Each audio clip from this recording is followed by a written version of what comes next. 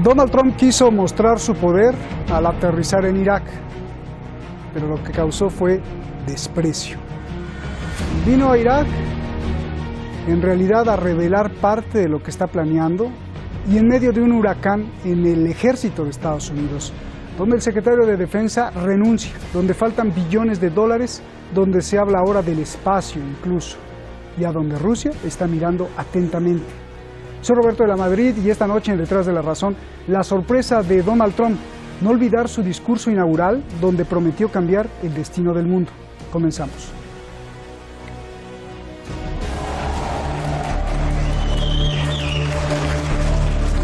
Estas imágenes provocaron odio en Irak. Los parlamentarios lo consideran como una gran ofensa. ودخل إلى العراق خلسة دون أن يكون هناك تنسيق وأمضى مع جنوده بحدود 3 ساعات في قاعدة عين الأسد فرحا مبتهجا كأنه حقق انتصار كبير في العالم. هذا يعتبر انتصار وإنما نعتقد هزيمة. Este miércoles, Donald Trump llegó a Irak por sorpresa, sin avisar al gobierno iraquí, violando su soberanía y todas las reglas diplomáticas. Y además, afirmó que dejará las tropas en Irak para controlar a Irán y como una base para una posible intervención en Siria. Esto ha provocado que parlamentarios iraquíes pidan la expulsión total de las tropas de Estados Unidos. من يحدد تواجد القوات الأمريكية في العراق ليس ترامب وليست السياسيين الأمريكان وإنما يحددها الشعب العراقي، يحددها البرلمان العراقي، يحددها وتحددها الحكومة العراقية. Trump dio felicitaciones navideñas y les dijo a sus soldados que Estados Unidos ya no será el policía del mundo, dará protección solo a los países que pagan.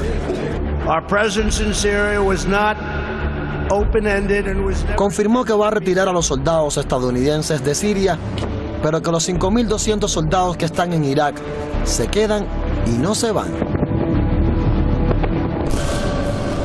Esta visita sorpresa a Irak la hace Donald Trump en un momento muy delicado, justo cuando el Departamento de Defensa de los Estados Unidos se queda sin cabeza. El general James Mattis renuncia por oponerse al retiro de sus tropas en Siria.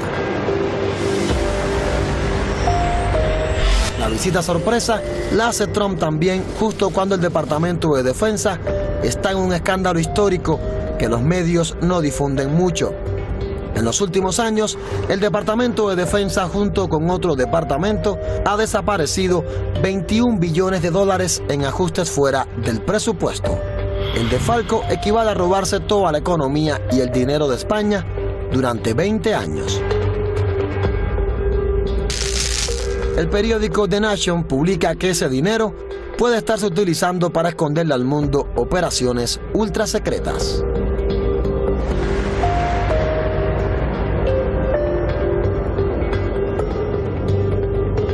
La visita sorpresa la hace Trump justo cuando nombra al nuevo secretario de Defensa, Shanahan, una persona que no tiene experiencia militar ni sabe de política exterior, pero que es un lobo para los negocios, ex ingeniero de Boeing y sobre todo un experto en 3 cosas importantes: el nuevo ejército del espacio, la astronáutica y los nuevos misiles del futuro.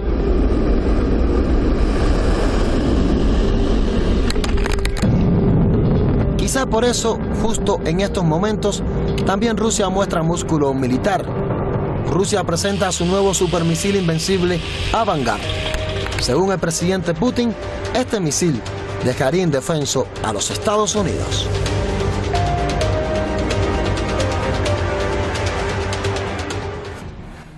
Muchísimas gracias al equipo Detrás de la Razón, muchísimas gracias a usted, como siempre le digo, y felicitaciones por estas fiestas de fin de año, que el año nuevo sea lo mejor para ustedes. Vamos a recibir a Adrián Zelaya, presidente de CAI Center, allá en Durango, en el País Vasco. Muchísimas gracias. Alberto en España. Alberto Prieto, periodista en Madrid, también muchísimas gracias, y gracias a los dos esta noche aquí en Teherán. Buenas noches aquí en Teherán. Gracias por estar en el programa. Tenemos muchas preguntas, así que les pido un minutito para cada respuesta. Alberto, comienzo contigo, por favor. El presidente de Estados Unidos, te pregunto, ¿el presidente de Estados Unidos violó la soberanía de un país al llegar por sorpresa a Irak sin pedir permiso? Hombre, me parece que sin duda. Más allá de que uno pueda estar más o menos a favor de las políticas de Estados Unidos, el hecho de aterrizar en un país siendo presidente de otro país sin avisar, sin dar cuenta de lo que vas a hacer, ni de cuándo llegas, ni por qué, da cierta sensación como que consideran Irak parte de su patio trasero, o que el presidente Trump considera Irak parte de su patio trasero. Bien. Adrián, gusto en saludarte. ¿Para qué lo hizo Donald Trump? ¿Para dejar claro quién manda ahí? Efectivamente. Yo creo que esto hay que inscribirlo con toda claridad en el contexto de la decisión adoptada por Donald Trump de abandonar Siria y las reacciones que se han producido al respecto en el establishment norteamericano.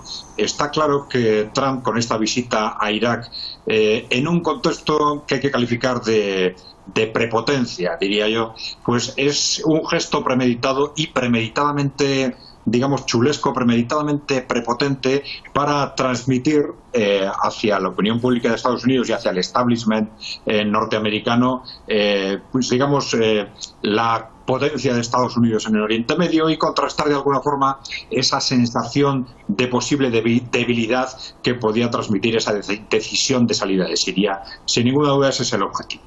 Los legisladores, te pregunto, Alberto, los legisladores pedirán ya la expulsión de tropas.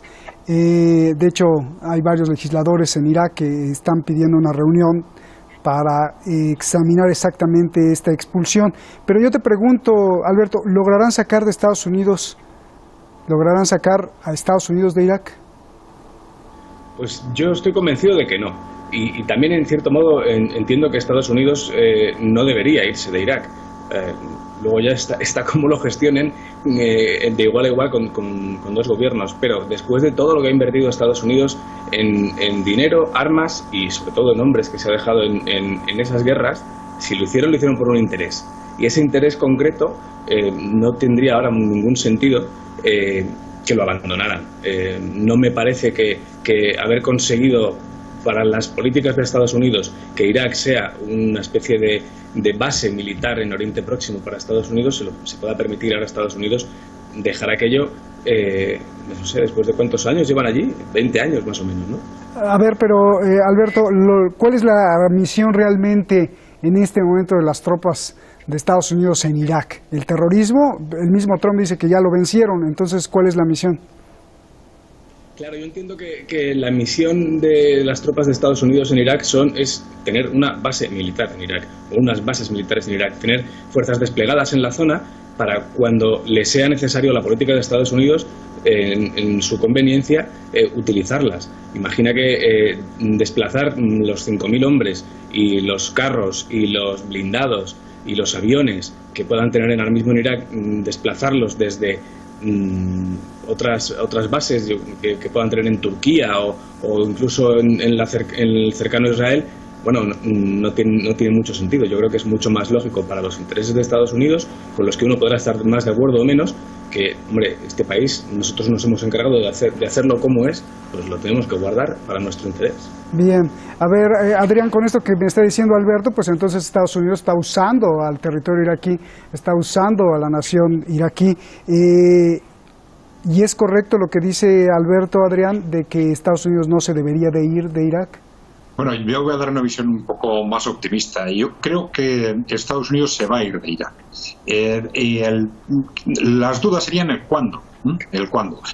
Yo creo que la posición de Estados Unidos en Irak es insostenible desde el punto de vista de la imagen del país, desde el punto de vista del derecho internacional.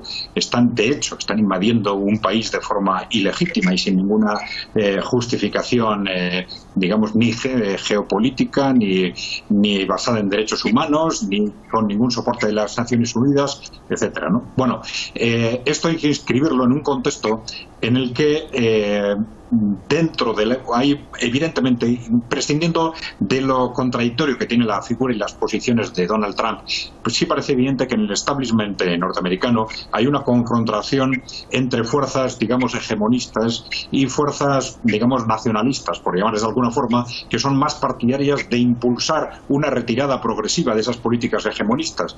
Entonces, esas tensiones se van a ir resolviendo muy probablemente, salvo que tengamos una gran sorpresa, hacia una retirada progresiva de esos territorios en los que, con independencia de que la estrategia hegemonista pues lo justificara, una estrategia de interés propio de Estados Unidos no lo justifica en absoluto. Es decir, el interés del pueblo de Estados Unidos, de la economía de Estados Unidos, tiene muy poco que ver con el hecho de mantener esa presencia militar estrambótica en Irak. Ya, eso no le hace más que generar enemigos en un entorno con el que a Estados Unidos como país le interesa llevarse lo mejor posible. Oye, Adrián, pero ¿por qué Donald Trump sí retira las tropas de Siria, pero no de Irak? Pues sencillamente porque dentro de este contexto de pelea continua es casi una guerra civil larvada la que tienen dentro del establishment de Estados Unidos. Podemos ver claramente esa retirada de Siria, qué tipo de reacciones ha generado y, digamos, han movido una ficha.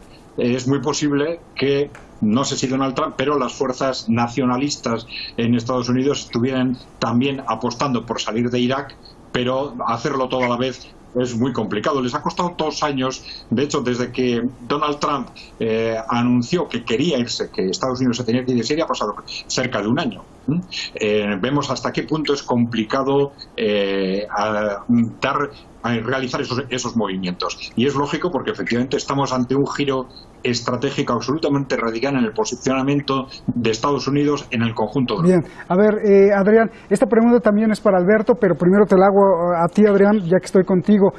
Trump dijo ahí en Irak que quiere a los 5.200 soldados ahí en Irak, en esa base Al-Assad que se llama cerca de Bagdad, que los quiere ahí para controlar a Irán y para posibles operaciones contra los países vecinos o en los países vecinos. ¿Esto quiere atacar a Irán? ¿Está preparando una guerra contra Irán? ¿Qué significa esto?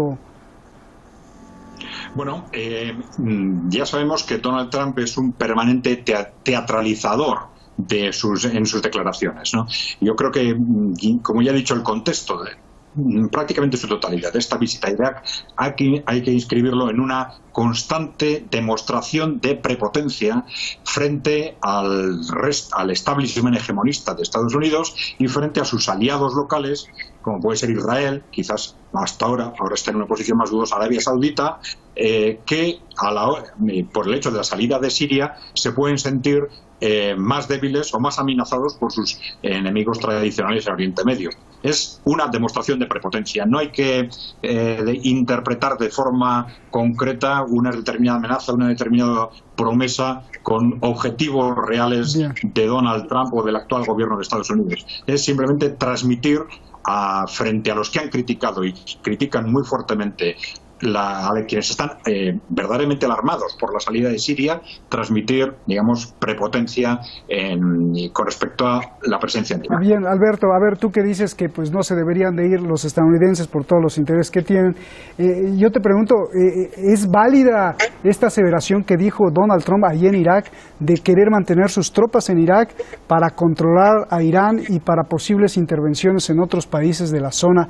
¿En dónde se circunscribe esto en el derecho internacional o en la ética de buena vecindad? A ver, por favor, Alberto. Trump tiene una costumbre y es que primero toma las decisiones y luego las viste de argumentos o le obligan a vestirlas de argumentos.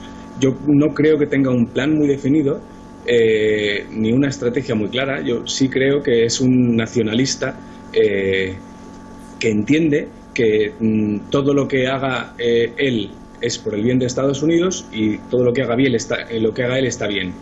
No creo que tenga mucho sentido todo lo que está haciendo en cuanto que tenga una lógica concatenadora que nos lleve a ninguna parte. El hecho de decir quiero que os quedéis aquí para controlar a Irán significa simplemente la amenaza. No tengo yo, para mí, que se le vaya a ocurrir a Estados Unidos lanzar un ataque contra Irán, porque entonces tendría la respuesta rusa. El juego que tiene con Rusia está siendo un juego de amenazas veladas y no tan veladas mutuamente, de una carrera armamentística que se puede parecer mucho a la del final de la Guerra Fría, la de antes del final de la Guerra Fría, al principio de los 80. Pero allí había un presidente en Estados Unidos que tuvo un enfrentamiento durísimo, evidentemente, con Irán durante muchos años, pero que sí tenía un plan. Y su plan era, esto es insostenible, esta carrera armamentística y nuclear es insostenible, pero la tengo que ganar. Y la tengo que ganar a base de amenazar. Y eso es lo que hizo. Medianamente la ganó y sobre todo lo hizo a través de la amenaza. Yo no creo que tenga un objetivo claro y definido Trump, más que prevalecer. Seguir demostrando que, aunque él no quiera ser el gendarme del mundo, Estados Unidos es el país más potente o más importante del mundo. Lo que yo sí creo es que sí que tiene que ver la potencia militar de Estados Unidos y su presencia en el mundo y su capacidad de amenaza y de amedrentación con la importancia económica de Estados Unidos en el mundo. Si vemos que ya el polo productivo y la competitividad de la economía estadounidense ya no es tan importante, teniendo en cuenta el crecimiento de los países del sudeste asiático y de otros países emergentes. Yo creo que por ahí podría estar equivocándose. Entonces, ¿es real la aseveración que hizo Trump ahí en Irak de que ya no van a ser el policía del mundo?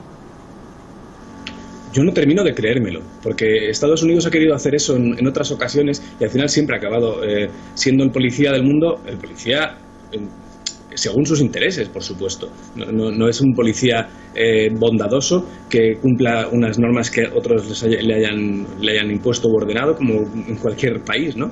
Es el policía según sus intereses. Yo sí creo que cuando se vuelva a ver amenazado en algún aspecto, volverá a intervenir de la manera a la que nos tiene acostumbrados. Otra cosa es que Trump no querría tener que hacerlo. Disfrazado de policía sería más bien, ¿no? Disfrazado de policía. Sí. A ver, Adrián, la visita de Donald Trump se da en un momento muy caliente en la Secretaría de Defensa, en el Pentágono. Se queda sin cabeza porque Mattis pues renuncia por protesta de que se retiren las tropas en Siria. Primera pregunta, ¿por qué no quería Mattis que se retiraran de Siria? Bueno, la estrategia desarrollada por Estados Unidos en Siria, y esto incluye tanto el impulso directo e indirecto de los movimientos terroristas y yihadistas, la colaboración con sus aliados en el entorno, las constantes amenazas frente al gobierno de al-Assad. Todo esto se inscribe en un contexto de las estrategias que se diseñaron en el establishment de Estados Unidos a fines de los 90 de asegurar la hegemonía de Estados Unidos en el siglo XXI, entre otros caminos, fundamentalmente, además de contener a Rusia y China, con la hegemonía sobre el mundo musulmán y la destrucción de los países musulmanes independientes, ¿no? Entonces, esta salida de Siria supone un retroceso estratégico evidente, es decir, supone casi una renuncia total a esa estrategia, ¿no? Supone reconocer que esa estrategia ha fallado y que se da un giro de 180 grados.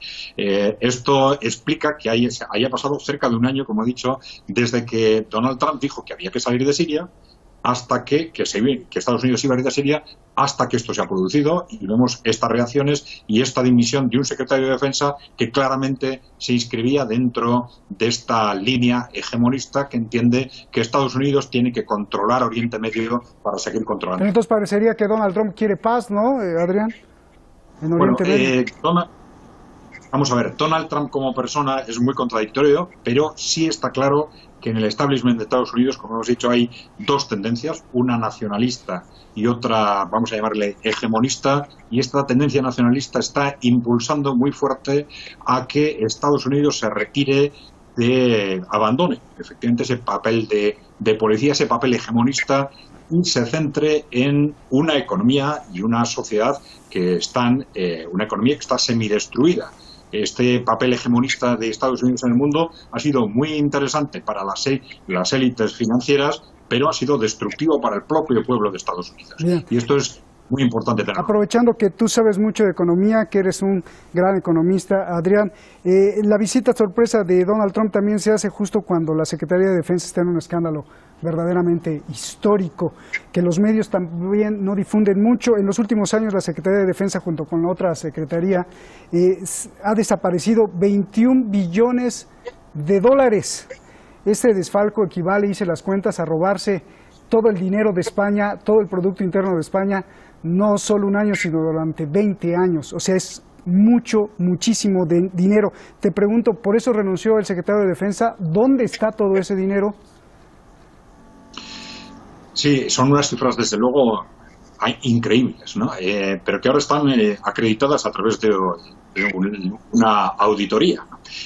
Vamos a ver, hay dos hipótesis. Una de ellas es que estos recursos en buena parte se han destinado a planes militares confidenciales o secretos, y que por eso no se han identificado, ¿no? Planes aparentemente relacionados con las estrategias, digamos, del sector aeronáutico, aeroespacial, sector militar, aeronáutico o aeroespacial. Esa es una teoría que explicaría quizás la dimensión de las cifras en las que nos estamos moviendo. Y la otra sería relacionar este desfalco con algo que ya era muy conocido y que está muy relacionado con la creciente ineficacia del ejército de Estados Unidos, que es, sabemos que Estados Unidos gasta el 55% gasta en defensa, el 55% de todo lo que gasta el mundo, es decir, gasta mucho más que el resto de los primeros países que más gastan, ¿no? Y que este gasto estaba siendo crecientemente ineficaz, entre otras cosas, porque recursos desaparecían en el camino entre las contratas y subcontratas, entre el tránsito del sector público y el sector privado, y el nivel de corrupción estaba adquiriendo proporciones astronómicas. Bien. Quizás sean los dos factores que hay que tener en cuenta a la hora de valorar estas cifras absolutamente desmesuradas. Que el presupuesto de defensa de Estados Unidos son 700.000 millones de dólares, nada que ver con 21 billones, que es completamente astronómico. A ver, la última pregunta, Alberto. La visita sorpresa de Donald Trump se hace también justo cuando Trump nombra al nuevo secretario de Defensa, que aunque esté en funciones, probablemente sea ratificado por el Senado, quien no tiene experiencia militar, que no sabe nada de política exterior, pero que es un auténtico lobo en los negocios y que sobre todo es un experto en tres cosas vitales, el nuevo Shanahan, el nuevo secretario de Defensa. Él sabe de tres cosas vitales: el nuevo ejército del espacio, la astronáutica y los nuevos misiles del futuro. ¿Qué significado tiene todo esto? Bueno, a mí se me vuelve a asemejar, como te decía antes, a la carrera armamentística de los 80. Si Estados Unidos ha decidido hacer la guerra a las galaxias, pues Trump ha elegido a la persona adecuada, probablemente, porque los intereses de Trump ya vimos cuando eligió a su primer secretario de Estado, que no eligió a un político de carrera, sino eligió al ex CEO de ExxonMobil, porque sus intereses tienen más que ver con el petróleo que otra cosa. Y en este caso está pasando lo mismo. Él se rodea de amigos, de gente que conoce, de los negocios, y que le sirven para un objetivo que es más ideal y más idealizado en su cabeza que practicable en realidad. Imagina al frente de la mayor empresa del mundo, dirigiéndola a alguien que viene de un sector completamente diferente. Pues todos sus ejecutivos, en este caso los secretarios del ministerio, en este caso el de defensa, no entenderán qué es lo que tienen que hacer y probablemente haya muchas disfunciones. Oye, Alberto, ¿se puede decir que Donald Trump o el grupo que controla a Donald Trump ya no está viendo la guerra en la Tierra y quizá por eso el retiro de Siria, y ahora esté pensando en la guerra en los planetas o allá arriba en la Luna o en los satélites? Lo que creo es que está pensando en tomar ventaja de nuevo sobre Rusia. Una cosa es que Trump y Putin en lo personal se puedan llevar medianamente bien, y otra cosa es que la pelea por la hegemonía tiene también mucho que ver con la retirada de Siria, y a mí me resulta más un reparto del terreno. Yo me voy de Siria, lo dejo en el control o de la mano de Rusia, con Irán y con el propio al-Assad, y me quedo con Irak, que es lo que me interesa, porque además tiene petróleo. Y en este caso, la guerra de las galaxias nueva de Donald Trump puede tener que ver con eso también, con todo bien, pero la hegemonía es mía y tengo que empezar a hacerlo por aquí. Muchísimas gracias a los dos, Alberto, Adrián, un abrazo, feliz año nuevo, felices fiestas, gracias, un placer. En busca de la energía podría ser el título más atinado para lo que estamos viendo en el planeta. Las guerras, el terrorismo, las jugadas maestras, el desarrollo de misiles, todo lo que estamos viendo, incluso las conspiraciones supuestas, lo que sale a la luz, lo de frente, todo es por controlar la energía. Sí, la energía. La gente es más rica cuando tiene más capacidad de comprar energía, energía que se traduce en comida, en petróleo, en bienes, en dinero, desafortunadamente. La gran pregunta es, ¿qué pasaría si toda la gente del mundo tuviera esa energía gratis o estuviera al alcance de todos? ¿Usted cree que las grandes corporaciones nos van a dejar? Sí, si nos unimos todos y buscamos esa energía libre, el próximo mundo. No se lo pierda aquí en Detrás de la Razón, estaremos pendientes de lo que pase. Gracias.